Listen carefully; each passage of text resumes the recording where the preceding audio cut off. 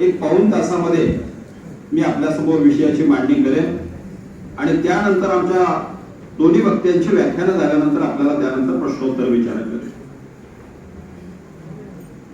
मी आताच आकडेवारी आपल्याला सांगत होते की महाराष्ट्राच्या उत्पादनाची 34 ते 35 टन आकडेवारी आहे. बोलता बोलता विषय राहिला म्हणून सांगतो की आपल्याकडे या क्रांती शुगरचे जे सभासद आहेत यामध्ये अंबकचे सयाजी पाटील यांनी जास्तीत जास्त एकरामध्ये 133 टन उत्पादन काढण्यात यश मिळवलेलं आहे. आपल्याच कुंडलचे प्रवीण जाधव यांनी एकरामध्ये 122 टन उत्पादन काढण्यात यश मिळवलेलं आहे. आणि आपल्यामध्ये बसलेले श्री संजय जाधव सर गुरुजी दुधोटी एकरामध्ये 110 टन उत्पादन काढण्यात यश मिळवलेलं आहे. असे अनेक शेतकरी, मी एक नाव उल्लेख केला याचा अर्थ असा नाही की आमचा बाकीच्या नावांचा उल्लेख कसा झाला नाही, पण असे अनेक शेतकरी आपल्याकडे एकरी 100 टनाच्या वरती उत्पादन काढणारे शेतकरी आहेत. आता मी माझ्या विषयाकडे वळणार आहे, आंतर मशागत आणि ऊस संख्या नियोजन. लागण झाल्यानंतर मोठी भरणी करेपर्यंत हा साधारणपणे 4 महिन्याचा जो कालावधी आहे. या 4 महिन्याच्या कालावधीमध्ये ऊसामध्ये आपण जे काय मशागत करतो, ऊसामध्ये जे काय अवजार घालतो, याविषयीचं ज्ञान आपल्याला असावं म्हणून जाधव साहेबांनी आजचा विषय निवडलेला आहे, तो म्हणजे आंतर मशागत. या आंतर मशागतीमध्ये प्रामुख्यानं 3 कामं महत्वाची आहेत. त्यामध्ये पहिलं काम आहे ते म्हणजे बाळभरणी. दुसरं काम आहे, कदाचित काही जणांनी शब्द ऐकलेला आणि काही जणांनी ऐकलेला नसेल, ते म्हणजे मध्यम भरणी. आणि तिसरं काम आहे ते म्हणजे मोठी भरणी. बाळ भरणी, मध्यम भरणी आणि मोठी भरणी याविषयीची माहिती आज आपल्याला समजून घ्यायची, जो मला विषय दिलेला आहे. साधारणपणे ऊस या पिकामध्ये जर आपण बारकाव्यानं जर बघितलं तर पहिला शब्द डोळ्यासमोर येतो तो म्हणजे उगवण. आणि यासाठी कालावधी जो दिलेला आहे तो लागणीच्या दिवसापासून जास्तीत जास्त 45 दिवसापर्यंत. याचा अर्थ असा नाही की 45 दिवसापर्यंत सगळ्यांचा ऊस उगवतो. काही शेतकऱ्यांचा 15 दिवसात उगवू शकतो, 20 दिवसात उगवू शकतो, 25 दिवसात उगवू शकतो, 30-32 दिवसात पण उगवू शकतो. पण यासाठी जो कालावधी ठेवलेला आहे उगवणीसाठी, तो लागणीपासून 45 दिवसापर्यंत, याला उगवणीचा कालावधी म्हणतात. उगवणीचा कालावधी संपल्यानंतर म्हणजे साधारणपणे 40-45 दिवस झाल्यानंतर 90 दिवसापर्यंतचा कालावधी आहे तो फुटव्यांचा. म्हणजे पहिल्यांदा एक माता जन्म घेते, पहिल्यांदा एक आई जन्म घेते, ज्याला आपण मातृकोम म्हणतो, मदरशूट म्हणतो. त्यापासून अनेक फुटवे निघतात. हा फुटवे निघण्याचा कालावधी आहे 45 ते 90 दिवस. आणि साधारणपणे 90 दिवसाच्या आसपास जमिनीमधनं कांडी बाहेर निघायला लागते. कांडी निघण्याचा कालावधी आहे 90 दिवस. काही ठिकाणी 80 दिवसात निघू शकते, काही ठिकाणी 70 दिवसात निघू शकते, पण सरासरी 80-90 दिवसाच्या आसपास ही कांडी निघायला चालू होते. आणि त्यानंतर कांडी निघाल्यानंतर ऊसाच्या वाढीला खऱ्या अर्थानं सुरुवात होते आणि मग आपण मोठी भरणी करतो. आणि त्यानंतरचा जो कालावधी असतो त्याला म्हणतो ऊसाच्या जोमदार वाढीचा कालावधी. उगवण, फुटवा, कांडी निघणे आणि ऊसाच्या जोमदार वाढीचा कालावधी चालू होतो. आणि ऊस तोडण्यापूर्वी शेवटचे जे 4 महिने आहेत, तो कालावधी असतो पक्वतेचा कालावधी. त्याला इंग्रजीमध्ये मॅच्युरिटी पिरियड असं म्हणतात. आता यामध्ये आपल्याला पहिल्या 4 महिन्यामध्ये उगवण पूर्ण झाल्यानंतर फुटवा निघण्याच्या अवस्थेमध्ये जे कार्य करायचं असतं त्याला म्हणतो आपण बाळभरणी.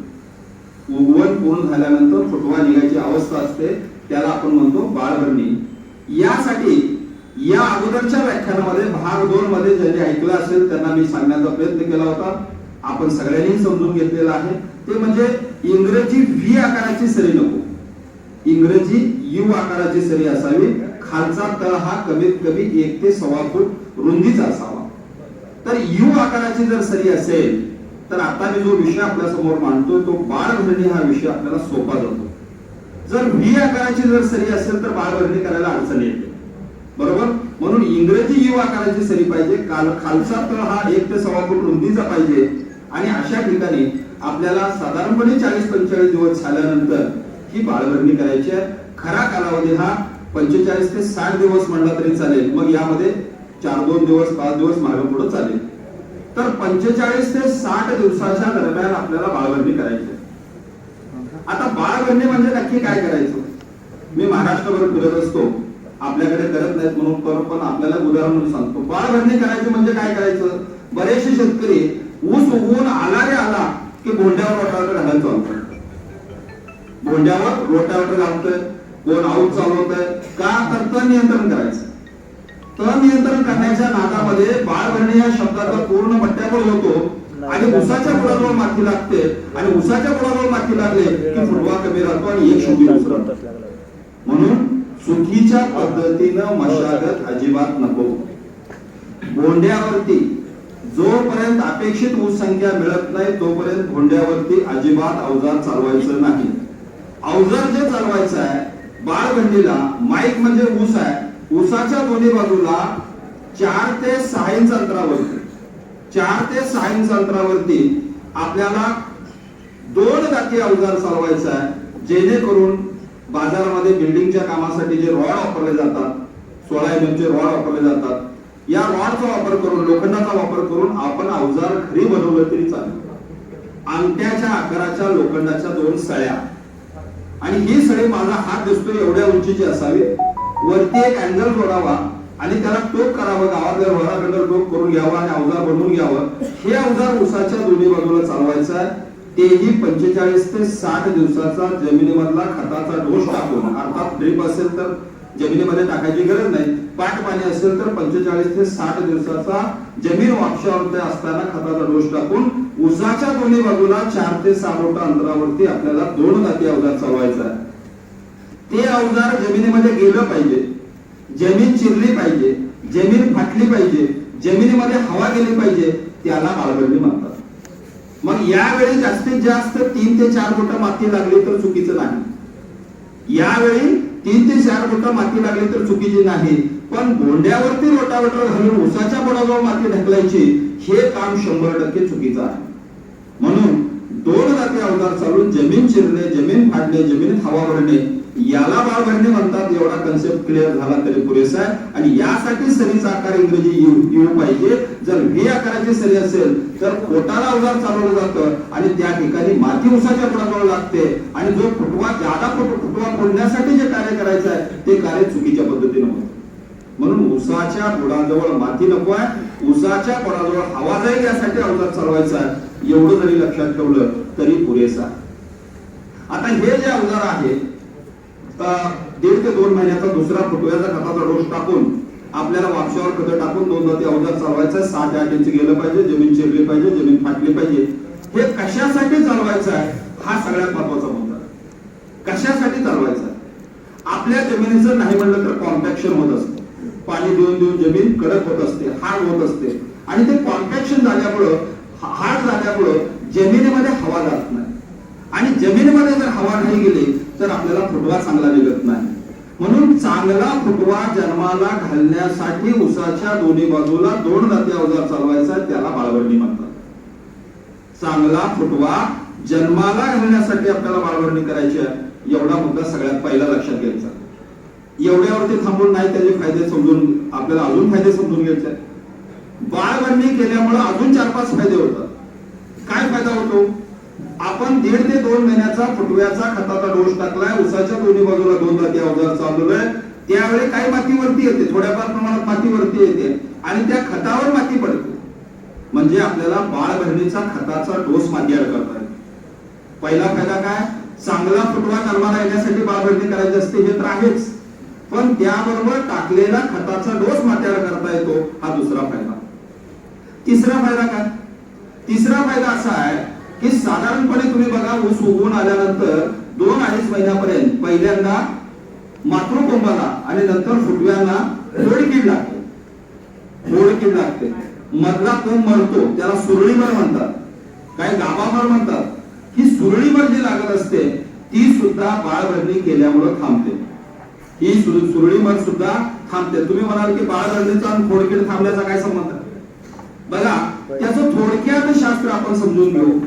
तुमचा ऊस जन्माला आलेला आहे, त्याला 3-4 पानं आलेले आहेत.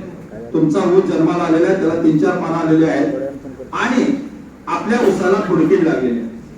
खोडकिडीचा जीवनक्रम लक्षात घ्या. खोडकिडीचा जीवनक्रम लक्षात घ्या. अंडी, आळी, कोश आणि पतंग या 4 अवस्थेमधनं खोडकीड तयार होत असते आणि खोडकिडीची जी अंडी असतात ती पानाच्या खाली असतात. आता जे काय 2-3 पानं निघाले, 4 पानं निघाले, त्या पानाच्या खालच्या बाजूला खोडकिडीची अंडी असतात आणि त्या पानाच्या खालच्या बाजूला खोडकिडीने जी अंडी घातलेली आहेत त्या अंड्यामधनं आळी बाहेर पडते आणि वायरोप तयार केल्यासारखे दोरी तयार करते, लाळ तयार करते आणि जमिनीवरती येते. बघा, हा माईक म्हणजे ऊस आहे, बाजूला पान आहे, वरनं खोडकिडीची आळी खाली आलेली आहे आणि हळूहळू ऊसाच्या बुडाजवळ येते आणि त्याला एक छिद्र मारते आणि आतमध्ये जाते. आतमध्ये गेले की तिचं पहिलं काम काय? वाढणारा जो कोंब आहे, वाढणारा जो कोंब आहे, मुख्य कोंब गाभा, त्यालाच खाते आणि तो खाल्ल्यामुळं आपला गाभा बरोबर होते, सुरळी बरोबर होते, खोडकीड लागते.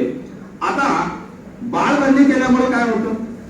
बाळभरणी केल्यामुळं ऊसाच्या दोन्ही बाजूला 2 दाती अवजार चालवल्यामुळं 3-4 बोट माती ऊसाच्या बुडाजवळ आल्यामुळं जिनं ज्या ठिकाणी तिने छिद्र पाडलेलं आहे त्या छिद्राच्या तोंडावर माती येऊन पडते आणि छिद्राच्या तोंडावर माती येऊन पडल्यामुळं आताच मी सांगितलं, आळी, अंडी, आळी, कोश आणि पतंग ह्या ज्या अवस्थेतनं जे त्याचा जन्म जो होत असतो, तोंडाला माती लागल्यामुळं आतमध्ये जो आळीनंतर कोश होतो, कोशानंतर जो पतंग होतो, त्या पतंगाला त्या छिद्रामधनं बाहेर येण्यासाठी जागा राहत नाही आणि आतमध्येच तो गुदमरून मरतो आणि पतंग आतमध्ये मेल्यामुळं नर मादीचं मिलन होत नाही आणि नर मादीचं मिलन न झाल्यामुळं पुढची पिढी तयार होते.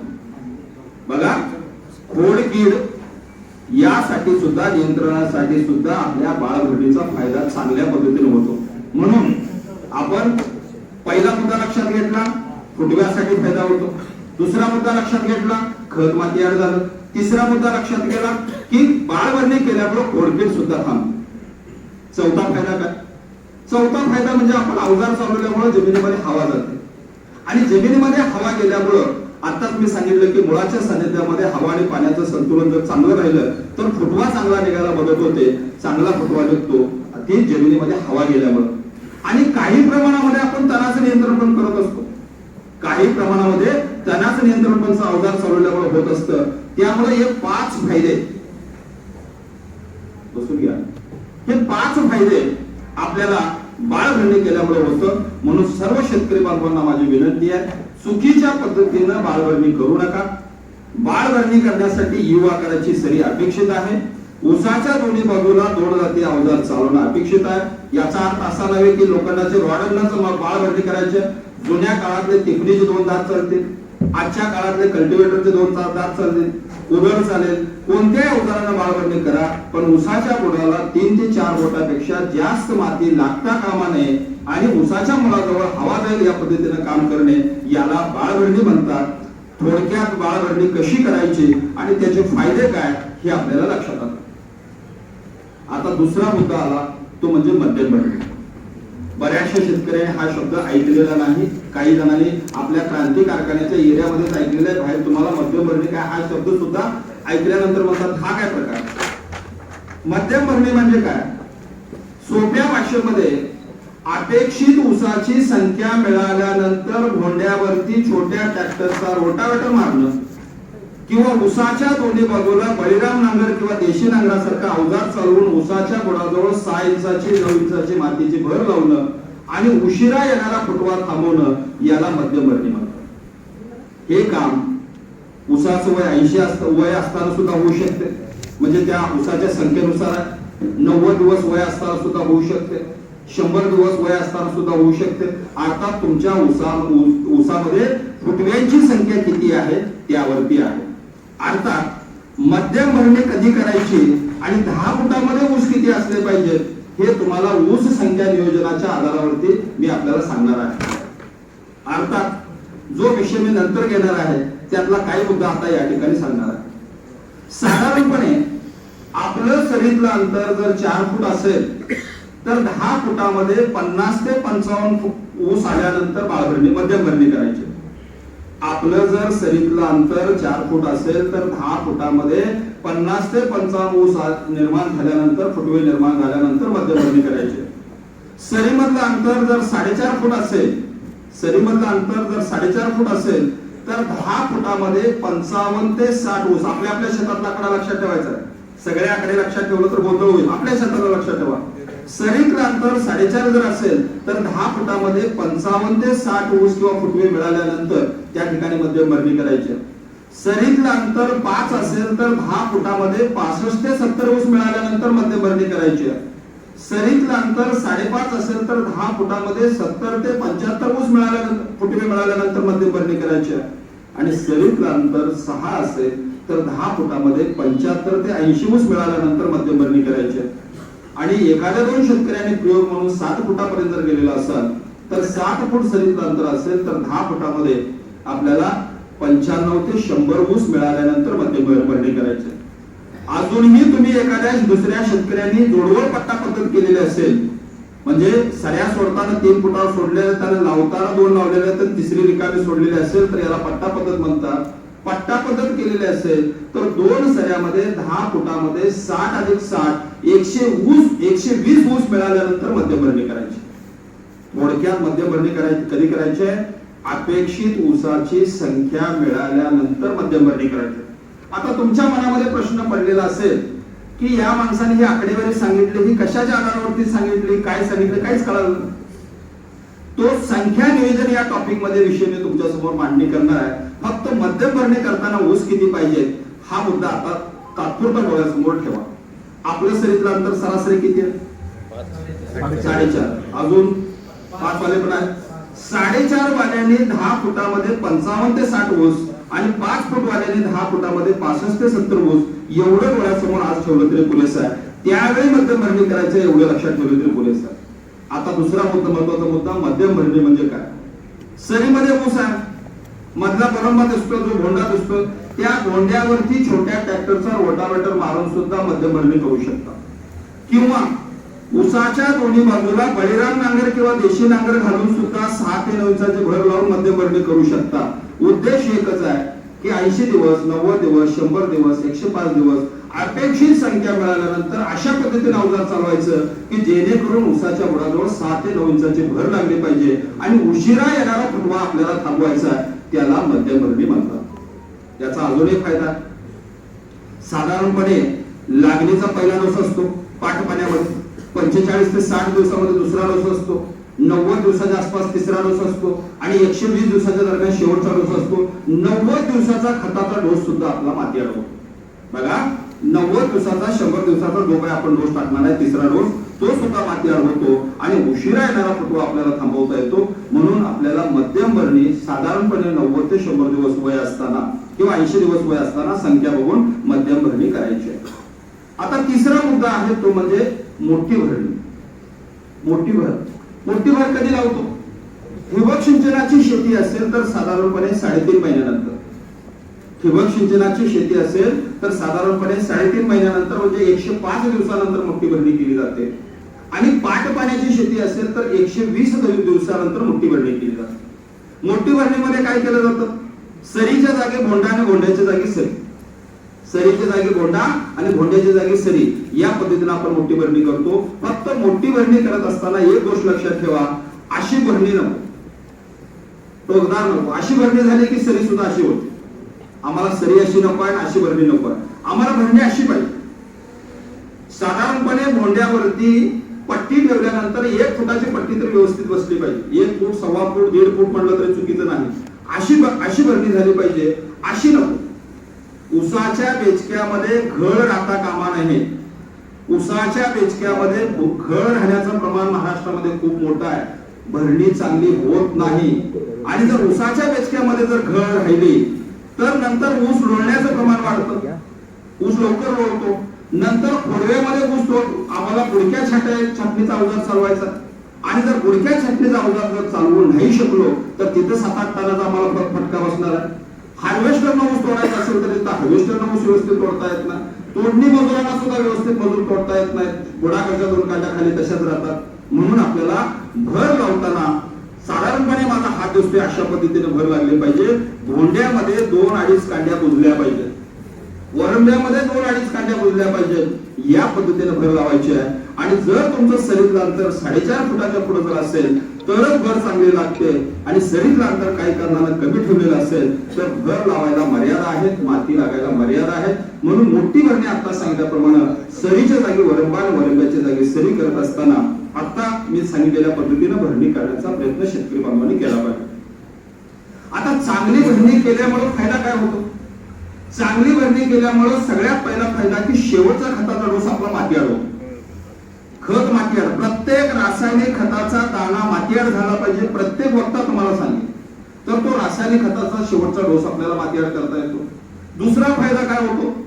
भरणी चांगली झाल्यामुळे ऊस लोळण्याचं प्रमाण कमी होतं. ऊस लोळू द्या पण मुळासह ऊस कुठून पडला नाही पाहिजे. ऊस लोळू द्या, लोळण्याबद्दल काही नाही, उत्पादनात घट होत नाही, पण मुळासह ऊस कुठून पडला तर नुकसान होतं. म्हणून तो मुळासह ऊस कुठून पडणार नाही यासाठी भरणी चांगली झाली पाहिजे. दुसरी गोष्ट, ऊस तुटेपर्यंत आपल्याला पाणी देणं सोपं जातं. ऊस तुटेपर्यंत पाणी देणं सोपं जातं. आणि मगाशी सांगितल्याप्रमाणे खोडव्यामध्ये सुद्धा बुडक्या छाटणीचा अवजार चालवणं सोपं जातं. बुडक्या छाटणीचा अवजार जरी चालवलं, जमिनीलगत पण छाटणी करण्याचं काम जर केलं तर सहज 7-8 टनानं खोडव्यामध्ये पण उत्पादन वाढतं. म्हणून आपल्याला आता सांगितल्याप्रमाणे भरणी ही करायची. भरणीचे फायदे समजून आपल्याला काम करायचं आहे, जेणेकरून भोंड्यामध्ये 2-2.5 कांड्या गाडल्या जातील या पद्धतीने भरणी करायची. आणि भोंड्यामध्ये ज्या कांड्या काढल्या जातात त्याला परत मुळ्या फुटतात, त्या ऊसाला पकडून ठेवतात, जमिनीमधलं अन्नद्रव्यांचं शोषण करतात, त्यामुळे ऊसाच्या वाढीला परत चालना मिळते. म्हणून आपल्याला भरणी चांगली झाली पाहिजे. लक्षात ठेवा, बाळ भरणी ऊसाची संख्या वाढवण्यासाठी, मध्यम भरणी उशिरा येणारा फुटवा थांबवण्यासाठी, आणि मोठी भरणी 100% ऊसाचं कुटुंब नियोजन करण्यासाठी. एवढे 3 शब्द लक्षात ठेवा. ढोबळ मनानं 60 दिवस, 90 दिवस, 120 दिवस म्हणा, किंवा ढोबळ मनानं 45, 90 आणि 120 दिवस म्हणा. या दरम्यान बाळ भरणी, मध्यम भरणी आणि मोठी भरणी ही 3 शब्द डोळ्यासमोर ठेवून आंतर मशागतीची कामं करायचे. चुकीच्या पद्धतीने आंतर मशागत करू नका. लवकर पण भरणी करू नका, उशिरा पण भरणी करू नका. लवकर भरणी केली तर ऊसाची संख्या कमी पडू शकते, आणि उशिरा भरणी जर केली तर त्या ठिकाणी परत तुमची ऊसाची संख्या भरमसाठ पण वाढू शकते. म्हणून उशिरा पण नको, लवकर पण नको. आता सांगितलेल्या शास्त्राप्रमाणे आपल्याला मोठी भरणी, बाळ भरणी आणि मध्यम भरणी करायची. चला, आंतर मशागतीमधले महत्वाचे मुद्दे लक्षात आले. आता आपल्याला ऊसाच्या संख्येच्या नियोजनाचा विषय समजून घ्यायचा. ऊसाची संख्या नियोजन, ऊस संख्या नियोजन विषय समजून घेत असताना किंवा ऊसाचं कुटुंब नियोजन हा विषय समजून घेत असताना शास्त्रामध्ये सगळ्यात पहिलं वाक्य काय आहे तर 1 चौरस फुटामध्ये 1 ऊस असला पाहिजे. 1 चौरस फुटामध्ये 1 ऊस असला पाहिजे. एका एकरचं क्षेत्रफळ असतं 43,560 चौरस फूट, बरोबर. 33 बाय 33 फुटाचा 1 गुंठा म्हणजे 1089 चौरस फूट.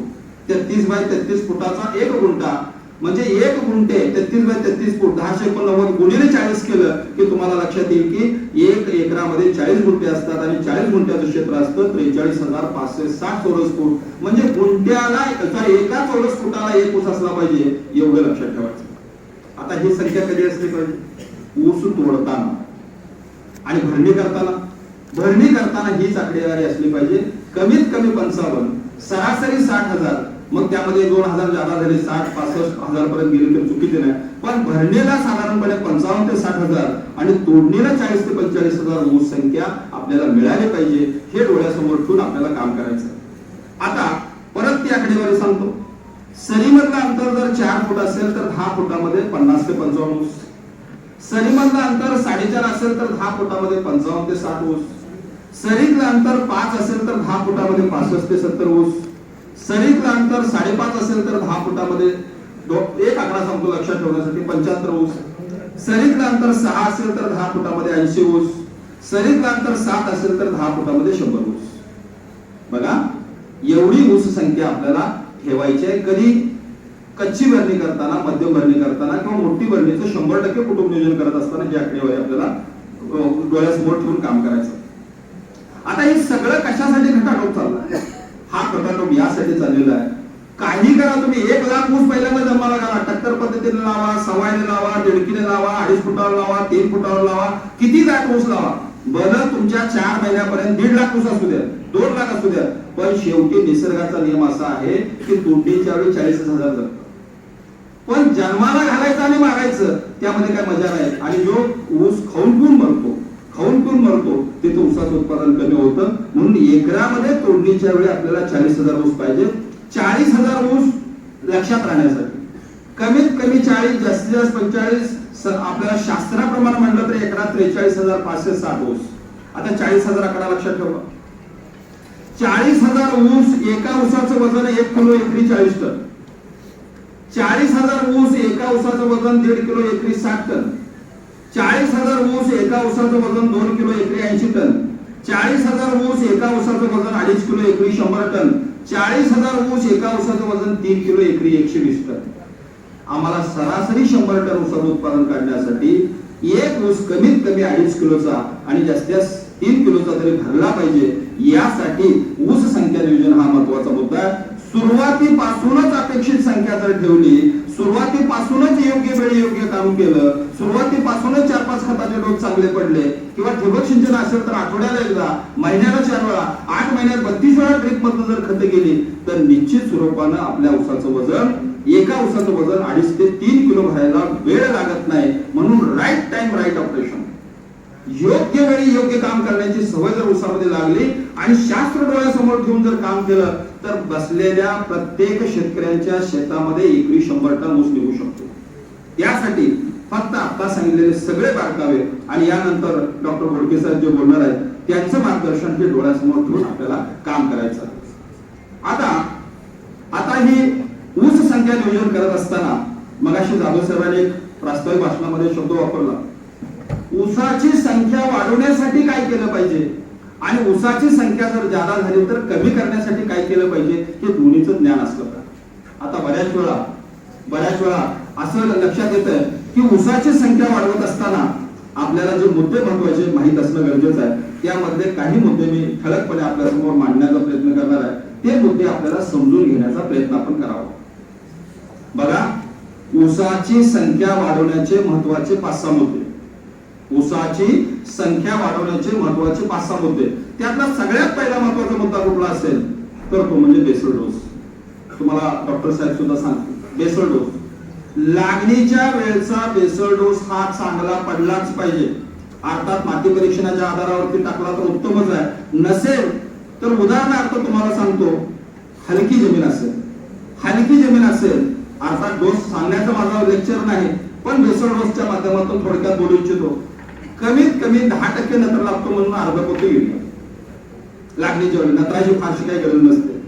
हलकी जमीन असेल तर 4 ते 5 पोती सिंगल सुपर फॉस्फेट, अर्थात 100 टनासाठी विषय चालला.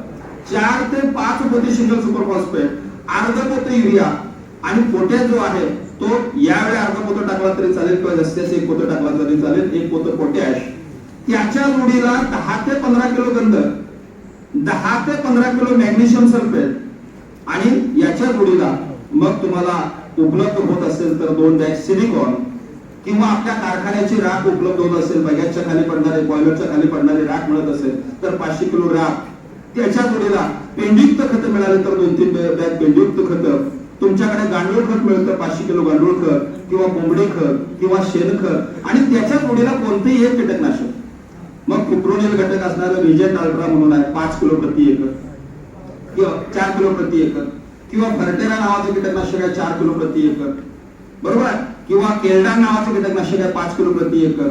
यापैकी कोणतेही एक कीटकनाशक आणि आता सांगितलेला डोस, आता डोस तुम्हाला साहेब सांगणार आहे, पण हे ढोबळ मनाने सांगितलं की मी तुम्हाला लागणीच्या वेळचा बेसल डोस टाकला, सरीमध्ये डोस टाकला, बळीराम नांगर किंवा देशी नांगर घातला, तर खत मातीवर केला, तो डोस 40 दिवसानंतर पिकाला लागू होतो, म्हणजे फुटव्याला लागू होतो. 30-40 दिवसानंतर फुटव्याला तो डोस फायद्याचा ठरतो. म्हणून बेसल डोस पडलाच पाहिजे. ज्या शेतकऱ्यांचा बेसल डोस लागणीचा डोस पडला नाही तिथं ढोबळ मनानं असं म्हणलं तर वावगं ठरणार नाही. आपलं 5 टन उत्पादन पहिल्या दिवशी कमी झालं, ऊसाचं उत्पादन 5 टन पहिल्या दिवशी कमी झालं आणि बेसल डोस पडला तर पहिल्या दिवशी 5 टन ऊसाचं उत्पादन वाढलं तर वावगं ठरणार नाही. म्हणून बेसल डोस टाका, लागणीनंतर 30-40 दिवसानंतर निघणाऱ्या फुटव्याला याचा फायदा होतो. म्हणून बेसल डोस फुटव्यासाठी कामाचा आहे, महत्वाचा. याच्याशी संबंधित आहे, याच्या अगोदर व्याख्यान झालेलं आहे, ते म्हणजे ऊसाचं बियाणं. 9 ते 10 महिने वयाचं जाड लांब काढण्याचं कोवळं वेणं असेल तर जेवढं ते कोण जोमाने जन्माला येतो त्याला फुटवा चांगला आहे. म्हणून गेल्या 9 ते 10 महिने वयाचं जाड लांब काढण्याचं सगळं कमी असणार असलं पाहिजे. तिसरा महत्वाचा मुद्दा, लागण झाल्यानंतर तुम्ही जर बघितलं तर मला जाधव साहेब मगाशी आम्ही सांगलीमधून येताना मिळून येत होतो. जाधव साहेब म्हणले की यावर्षी वातावरणामध्ये असा बदल झालेला आहे, 35 ते 40% पर्यंत काही शेतकऱ्यांच्या शेतामध्ये गॅप पडलेला आहे, तुटाळ पडलेले आहेत, नांग्या पडलेल्या आहेत. आणि ह्या गॅप पडल्यामुळे आपलं ऊसाचं उत्पादन कमी होणार आहे, ऊसाची संख्या कमी होणार आहे. म्हणून लागण झाल्यानंतर सरासरी 30-35 दिवसात नांग्या किंवा तुटाळ भरण्याचं काम झालं पाहिजे, जेणेकरून आपल्याला फुटव्यावर परिणाम होणार नाही. आणि नांग्या किंवा तुटाळ भरण्यासाठी शेतकरी बांधवांनो, 1 डोळ्याच्या 2 डोळ्याच्या टिपरीचा वापर अजिबात करू नका, कारण त्याचं आणि पूर्वीच्या ऊसाचं वय मॅच होत नाही. त्यासाठी आपल्याला 1 महिन्याचा ऊस झाल्यानंतर 25 दिवस, 30 दिवस, 35 दिवस या कालावधीमध्ये रोपाच्या साहाय्यानं चालू पाण्यामध्ये किंवा जमिनीमध्ये ओल असताना नांग्या किंवा तुटाळ भरण्याचं काम झालं पाहिजे. 2 फुटाच्या वरती गॅप असतील, लक्षात घ्या, 2 फुटाच्या वरती गॅप असतील तिथंच नांग्या भरायच्या, त्याच्या आतमधल्या नांग्या भरायची गरज नाही. नांग्या भरत असताना आपल्याला याची सोय लागणीच्या वेळेस केली पाहिजे. प्रत्येक 5व्या सरीच्या पोटाला 1 डोळ्याच्या टिपरी थोड्या जादा लावायच्या. प्रत्येक 5व्या सरीच्या पोटाला 1 डोळ्याच्या टिपरी जादा लावायच्या. एका एकरच्या पाठीमागे कमीत कमी 500 आणि जास्तीत जास्त 1000 डोळे जादा लावायचे. हे जर तुम्ही पोटाला जर डोळे लागणीच्या वेळी लावले तर 30-35 दिवसाचा ऊस झाल्यानंतर त्यावेळी तुम्हाला नांग्या किंवा तुटाळ भरण्यासाठी या रोपांचा उपयोग होतो. बाहेरून रोप आणण्याची गरज नाही. त्यासाठी 1 डोळा टीप 2 डोळा टिपरी पासून नांग्या भरू नका, रोपापासून भरा, चालू पाण्यामध्ये भरा. आणि नांग्या भरल्यानंतर 2-3 पाण्याच्या पाळ्या लवकर पाणी मिळालं पाहिजे या पद्धतीने नांग्या भरा. अन्यथा बऱ्याच जणांच्या नांग्या भरण्याचं काम फेल जातं, हे मी माझ्या डोळ्यानं पाहिलं. म्हणून चुकीच्या पद्धतीने नांग्या भरू नका, चालू पाण्यामध्येच गोलाव्यामध्ये नांग्या भरा आणि पाणी लवकर द्या. तर या पद्धतीनं नांग्या किंवा तुटाळ हा शब्द सुद्धा तुमच्या फुटव्याला घातक ठरू शकतो. जाधव साहेबांनी मला सांगितलं, आमच्या भागामध्ये यावर्षी जास्त पाऊस, ज्या नदीकाठच्या जमिनी आहेत तिथली अडचण वेगळीच, अति पाणी, अति ओलावा, आणि ज्या ठिकाणी माळ रानाची जमीन आहे तिथं वातावरणाच्या बदलामुळे उगवण कमी झालेली आहे, 30-35% पर्यंत गॅप आहे. तो मुद्दा भरून काढण्यासाठी नांग्या भरणे हाही महत्वाचा, तितकाच महत्वाचा मुद्दा. तिसरा महत्वाचा मुद्दा तो म्हणजे फुटव्याच्या कालावधीमध्ये जर चुकून तुमच्या शेतामध्ये जर तण जास्त झालं, गवत जास्त झालं, ऊसाच्या बुडाजवळ जर तुम्हाला सूर्यप्रकाश नाही पोहोचला तर तुमच्या शेतामध्ये फुटवा करा. म्हणून लागण झाल्यापासून कमीत कमी 90 ते 100 दिवसाचा ऊस होईपर्यंत तुमच्या शेतामध्ये गवत नको, तण नको. म्हणून तण नियंत्रण वेळीच झालं पाहिजे. यासाठी या अगोदरच्या व्याख्यानात मी आपल्याला सांगितलेलं आहे, लागण झाल्यानंतर पहिलं पाणी दिल्यावर दुसऱ्या दिवशी किंवा आंबोलीचं पाणी दिल्यावर दुसऱ्या दिवशी 200 लिटर पाण्यामध्ये 1 किलो अट्रॅजिन घटक असणारं अट्रॅटाप असेल, पुष्ट असेल, अट्रॅजिन असेल याची फवारणी करा. ही मोठ्या पानाची तण थांबवून. आणि जर तुम्हाला बारीक पानाची आणि मोठ्या पानाची दोन्ही तण थांबवायचे असतील तर 200 लिटर पाण्यामध्ये 400 ते 500 ग्रॅम, तणाचा प्रादुर्भाव जास्त असेल तर 500 ग्रॅम, तण कमी असतील तर 300 ग्रॅम मध्ये पण काम होऊ शकतं, सरासरी 400 ग्रॅम. तर 400 ग्रॅम मेट्रिबिजन घटक असणारा मग शेंकॉर चालेल, टाटा मेट्री चालेल, बॅरियर नावाचं तणनाशक आहे ते सुद्धा चालेल, बेंझी नावानं मिळतं ते सुद्धा चालतं, आयमॅक्स नावानं मिळतं ते सुद्धा चालतं, डिझायर नावानं मिळतं ते सुद्धा चालतं. 200 लिटर पाण्यामध्ये अर्धा किलो म्हणा किंवा 400 ग्रॅम म्हणा मेट्रिबिजन घटक असणारं तणनाशक, सगळ्यांच्या तोंडात नाव आहे म्हणून शेंकॉर किंवा टाटा मेट्री म्हणतो, याची फवारणी पहिलं पाणी दिल्यावर दुसऱ्या दिवशी किंवा आंबोलीचं पाणी दिल्यावर दुसऱ्या दिवशी फवारणी झाली तर तुमच्या शेतात तणाचा प्रादुर्भाव होत नाही. आणि झालाच एकदा काही तण जर राहिली तर छोटी मोठी खुरपणी करून आपण तणाचं नियंत्रण करू शकतो. समजा ही फवारणी जमली नाही, लागण झाल्यानंतर कमीत कमी 15-20 दिवसानंतर 2 पानावर 3 पानावर टिकली दिसायला लागल्यानंतर, तण दिसायला लागल्यानंतर तरी फवारणी करा. आणि अशा वेळी फवारणी करत असताना शेजारी जर द्राक्षाची बाग नसेल तर 200 लिटर पाण्यामध्ये 1 लिटर 2,4-D आणि अर्धा किलो मेट्रिबिजन घटक असणारा शेंकॉर किंवा टाटा मेट्री चालेल. आणि शेजारी जर द्राक्षाची बाग असेल तर फक्त मेट्रिबिजन मारलं तरी चालेल. किंवा बाजारामध्ये डाययुरॉन किंवा डाययुरेक्स नावाचं तणनाशक मिळतं ते वापरलं तरी चालतंय. डाययुरॉन किंवा डाययुरेक्स वापरणार असाल तर एकराला 1 किलो 200 लिटर पाण्यामध्ये, शेंकॉर किंवा टाटा मेट्री वापरणार असाल तर 200 लिटर पाण्यामध्ये अर्धा किलो, किंवा कॅनॅरिस एक्स्ट्रा नावाचं एक तणनाशक बाजारामध्ये आलेलं आहे सिंजेंटा कंपनीचं, 200 लिटर पाण्यामध्ये 1400 मिली म्हणजे एका पंपाला 107 मिली याचा वापर करू शकतो. तर 2 ते 3 पानावर असताना तणनाशक जर मारलं तर आल्याल्या तणाला मारलं जातं आणि येणाऱ्या तणाला रोखलं जातं. थोडक्यात फुटव्यासाठी आपल्याला शेतामध्ये ऊसामध्ये तण नको हा मुद्दा सुद्धा तितकाच महत्वाचा आहे. अजून एक महत्वाचा मुद्दा ते म्हणजे सूर्यप्रकाश, जो तुमच्या माझ्या हातात नाही. पावसाळी वातावरण जास्त काळ असेल, जमिनीमध्ये ओल जास्त काळ असेल तर तुमच्या फुटव्यावर परिणाम होतो. तुमच्या फुटव्यावर परिणाम होतो. साधारणपणे 27 डिग्री ते 32 डिग्री तापमान फुटव्यासाठी सगळ्यात योग्य मानलं जातं. जर शेतात तण नसेल आणि मधून सूर्याचं दर्शन जरी झालं तर फुटवा चांगला निघू शकतो. आणि ढगाळ वातावरण जास्त काळ जर असेल तर मात्र फुटव्यावर परिणाम होतो. मग अशा ठिकाणी परिस्थितीनुसार ज्या ठिकाणी दलदल झालेले 120 ऊस राहिलेले आहेत, अण्णांनी सुद्धा त्याचा उल्लेख केला. 60 दिवस म्हणा, 65 दिवस म्हणा, 70 दिवस म्हणा, 75 दिवस म्हणा, उशिरात उशीर 90 दिवस म्हणा, मी धाडसाच वाक्य बोलतो. अशा वेळी ऊस बिघडलेला असेल, फुटवा कमी असेल तर सरळ जेटाकोंब कापायचा. रान स्वच्छ करायचं, ऊसाच्या दोन्ही बाजूला चांगला खताचा डोस द्यायचा. त्या ठिकाणी तुम्हाला चांगला फुटवा निघू शकतो. अशी परिस्थिती बऱ्याच शेतकऱ्यांच्या शेतामध्ये, नदीकाठच्या शेतकऱ्यांच्या शेतामध्ये दिसून येऊ शकते. एक शेवडी ऊस राहू शकतो, त्या ठिकाणी 3 महिन्यापर्यंत जटा कापू शकता. आणि 86-032 मध्ये एवढी ताकद आहे, तुम्हाला 3 महिन्यापर्यंत बिघडलेला प्लॉट जागेवर आणता येतो. इतर जातीमध्ये ती ताकद नाही, फक्त 86 मध्ये ताकद आहे. पाहिजे तेवढे फुटवे तुम्हाला 3 महिन्यानंतर सुद्धा निर्माण करता येतात. म्हणून सूर्यप्रकाश पण तेवढाच महत्वाचा आहे.